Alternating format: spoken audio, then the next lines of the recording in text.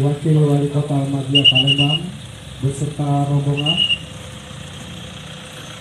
Pak Camat ataupun wakil dari Pak Camat dan Pak Lurah untuk menyambut kedatangan Ibu Wakil Wali Kota Palembang.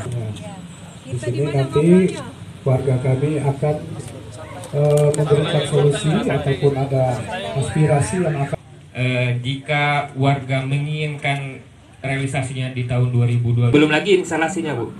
Jadi kalau kita sebagai warga itu lebih kurang harus menyetorkan 9 juta per rumah, per unit rumah.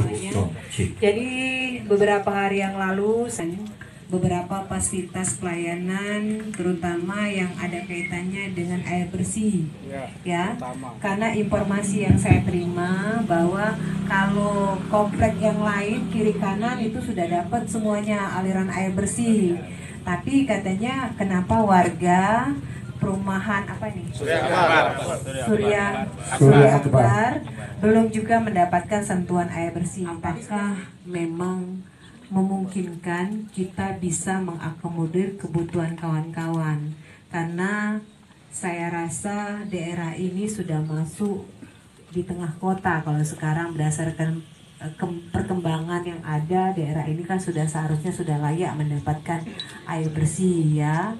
Apalagi tidak jauh juga kita di sini kan ada gandus, terus juga ada sungai.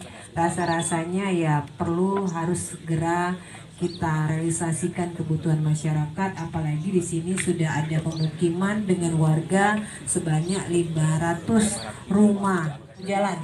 Ini Pak Arif yang bisa jawab nih. Mana Pak Arif tadi? Dari Bapeda. Ada enggak datanya? Nah, coba dicek. Coba dicek. Profil. Iya. 12.000 dah. Oke, yuk.